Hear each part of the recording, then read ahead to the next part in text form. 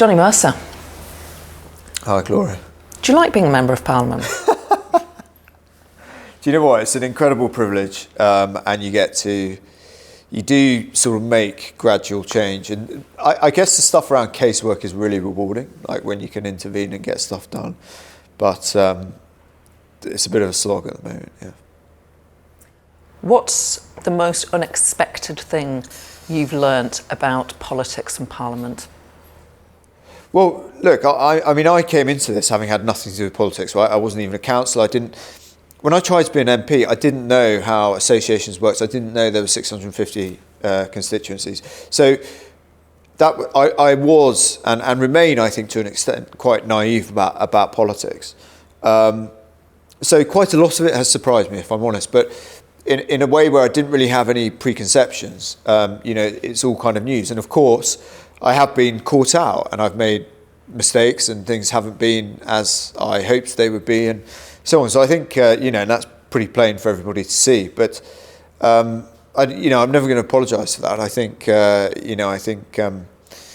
we do kind of need to do better as politicians. And, ultimately we are voted in by people who go to work hard every day, who, are expected to uphold standards at work and work to a certain standard, and I think we should be as well. But it's the last 6 months has been a big education for me, for sure.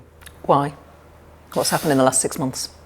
Well, I mean, I was sacked from the government, which is fine. Everyone's got to get sacked every now and then, but then the kind of machine turns against you, right? And you realise, I guess when people go around saying different things to different people, obviously you are eventually going to work that out. And that's obviously quite a painful process. And it's been a crash course in politics. And what I've learned is that whilst it did make me very cross at the time, and, the Afghanistan situation as a failure of politics and what's happened to Dennis Hutchins over the last few weeks, the soldier on trial in Northern Ireland, it does kind of make me very cross. There is kind of no point howling at the weather, right? And I've got to find a way of doing things differently and in a better way to try and achieve the outcomes I'm trying to achieve. So it's been, I've learned a lot. And I've made mistakes. I think I've been very critical of all my colleagues, which I think, in hindsight, I wouldn't do that again. There were good people in there. There were good people in there. But there's no doubt about it that there are serious problems in the quality of our politics at the moment, and I think that the public will only really put up with it for so long. What's the biggest problem?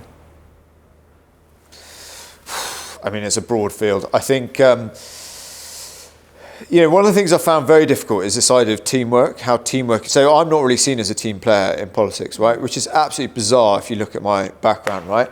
So the idea of being a team player, or teamwork, if you like, is totally different in political parties as it is to, for example, in my background, where you couldn't survive if you weren't a decent team player. And I think that creates sometimes a bit of a dangerous environment, because people end up doing things they then regret, and voting for things they felt like they shouldn't vote for, saying things they felt like they shouldn't say, because you're kind of in that atmosphere and everyone's saying, well, if you don't do this, you're not part of the team. And I know individuals in there think, actually, this probably isn't the right thing to do, but they then sort of go and do it anyway, and because they want to be part of a team. And it's not a bad thing to want to be part of a team, but outside politics, that is completely the wrong thing to do. So, I think there's a lot of changes that I'd like to see in politics, but, in the big scheme of things, I've been here 5 minutes, and, let's see what happens. So the words that you no. said about Boris Johnson, who you were a big supporter of in the leadership contest, you said Boris Johnson surrounds himself with cowards and desperately weak advisors. And you said you had been treated like throughout your 2-year stint at the Ministry of Defence. Yeah. So the first thing I say is none of that is untrue. I was slightly cross at the time at the way I had been treated and misled by people who I thought I was pretty close to, for example, other ministers in the MOD. So I was off, and I said how I felt. Now, I still feel that way because I wasn't lying, right? People did lie to my face. People did treat me like and it was a very difficult period. But in hindsight, I think in politics, sometimes it's best to take a breath and kind of walk away and take your time. But it's difficult when you're in this for a cause like I am. Okay, so I'm not here because I like being a politician. I'm not here because I like the stage and I really want to progress in politics. I'm here for a cause, right? And when you're fighting for that cause and you receive such a setback, and people are a little bit disingenuous about it, you are going to react quite badly. Now, would I say those things again? No.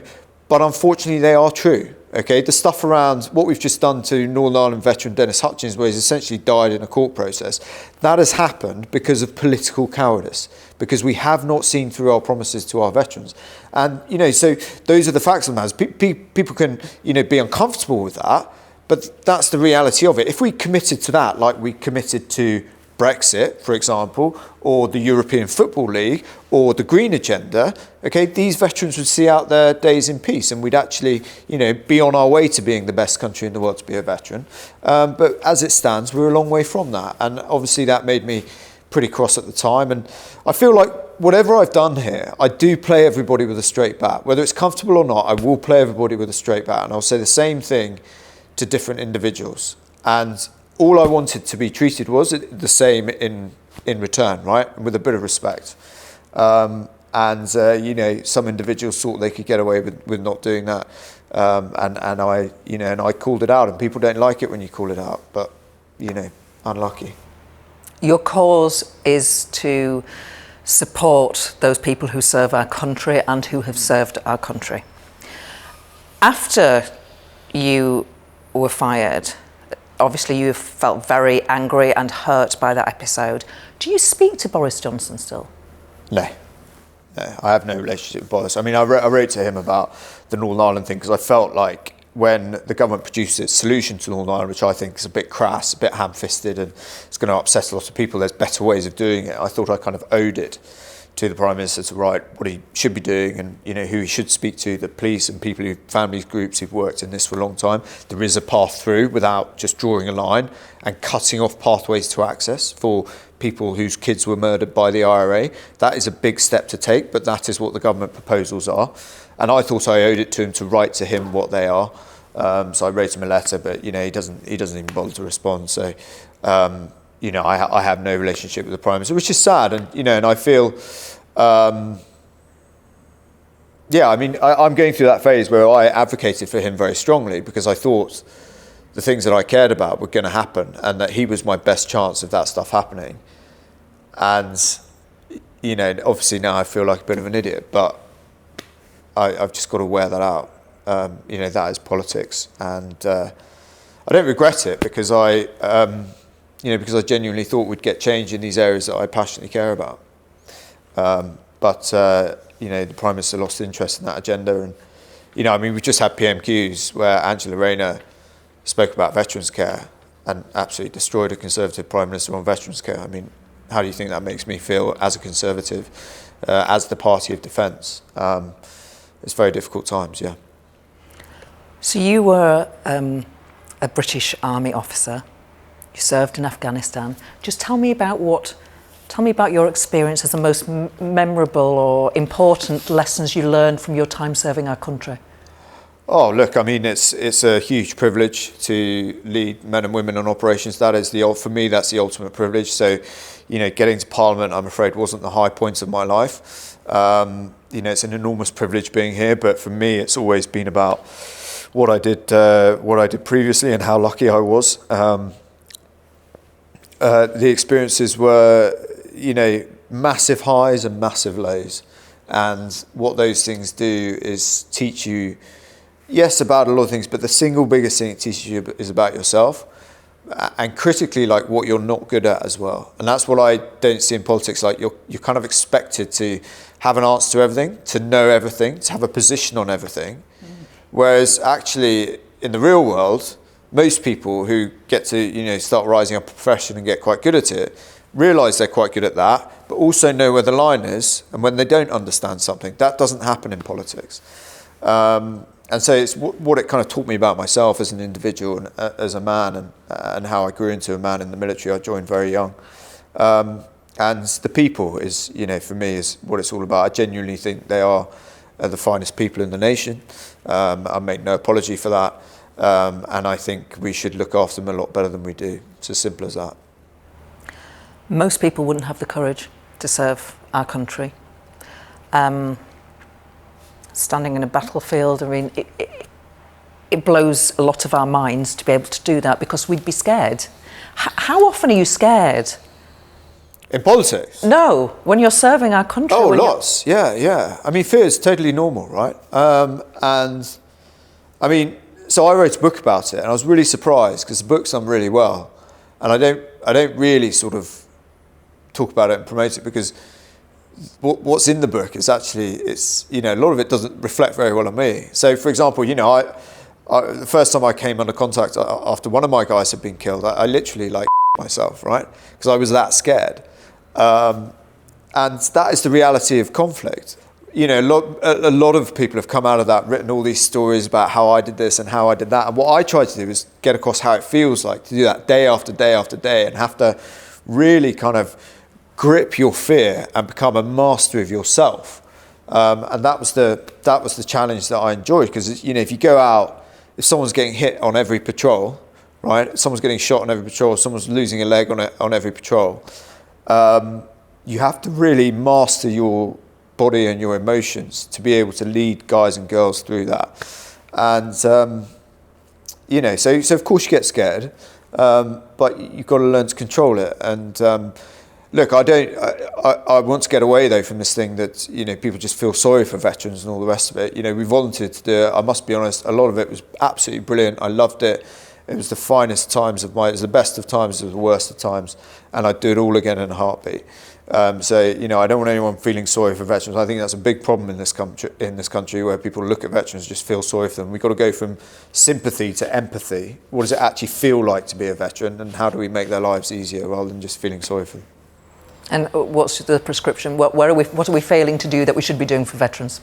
So on a macro level, I mean, we are before I set up the Office for Veterans Affairs, we were the only Five Eyes country in the world. So our comparative peer nations are kind of Australia, New Zealand, Canada, America. We were the only one of those without a dedicated veterans minister, without a dedicated Office for Veterans Affairs. I mean, we still don't have a dedicated veterans minister in the cabinet, looking after veterans' interests. But setting up the OVA the Office for Veterans Affairs was a big step. The trouble is, all the kind of political energy and money, even the money's being taken out of it, and it was a huge kind of seismic moment to really pull together all the challenges in the veterans care space, whether it's in the charities or statutory provision, and kind of try and turn it around and ask what is it like to feel like a veteran and go through that process, rather than what are we pouring into this machine the whole time. But that requires political commitment. That requires a number 10 operation that is prepared to get out there and advocate what is available for veterans, to actually build space in the grid and so on, to talk about veterans issues and and actually make a real fist of it. And unfortunately, you've got some wonderful people working at the Office of Veterans Affairs, but at the moment it just does not have the sort of political priority or money that it deserves, and it's quite frustrating to watch. Yeah. Let's go back to your childhood. You are one of 7 siblings. One of 8. One of 8. Yeah. Oh yes, you grew up with 7 siblings, forgive me. I did, yeah. You grew up in a strict Baptist family. Yeah, it was great fun. What does that mean?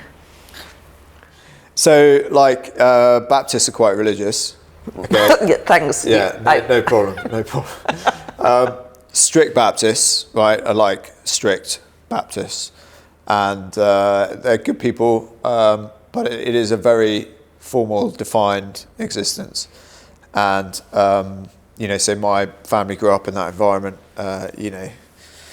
same clothes to church on a Sunday, hour and a half long services every Sunday, and every opportunity I mean, I've spent hours of my life sat on church benches listening to this stuff, and and obviously that percolates into home as well, and it's quite a challenging existence, I think, at times. Yeah. Do you have faith now? No. No. I mean, I can't lie about it. No, I don't. Afghanistan knocked all that stuff out of me. When you see kind of man's inhumanity to man on that scale, I think it's very difficult to believe in anything, really. You're very open about your views on politics. You're very straight talking, but I know from Westminster that it's not always good to be straight talking. No. Do you have friends in Parliament? I know you have friends I assume you have friends in real life, but do you have any friends in politics? Is it possible to have friends in politics? So 6 months ago, I would have said no. But I do, yes, I have got friends. And it was difficult, it's difficult when you're a minister, and I think you become quite isolated from the parliamentary party.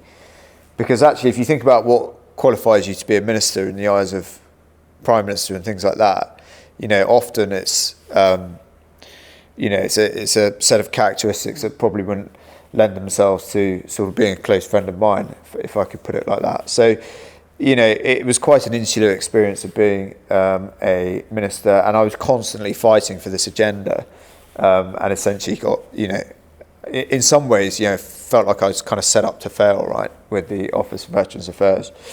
So, of course, I do have friends, and I need to do better, I think, at cultivating that, rather than, sort of kicking the doors down every day and asking why people aren't doing enough for veterans. And, and I hold my hands up to that. I think, I've learned a lot, like I said, over the last 6 months. And for me, I'd never had anything to do with politics before. You never even voted. You never even voted until you were a candidate. So I have to, politics, there's no point howling at the weather, right? So I have to find a way of making this stuff work and getting on and getting this stuff done that I want to get done, and bringing people with me. And, I've got to find a way of doing that. And that's, what I'm going to put my energies into. I'm not, I hear people saying to me, you're going to stay.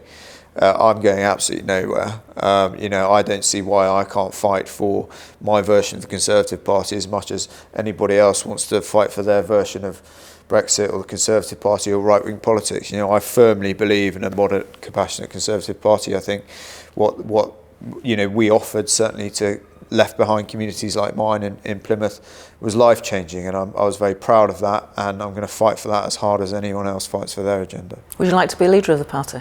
No. Okay, clear. Straight talking again. Right, let's talk to you about something more light-hearted.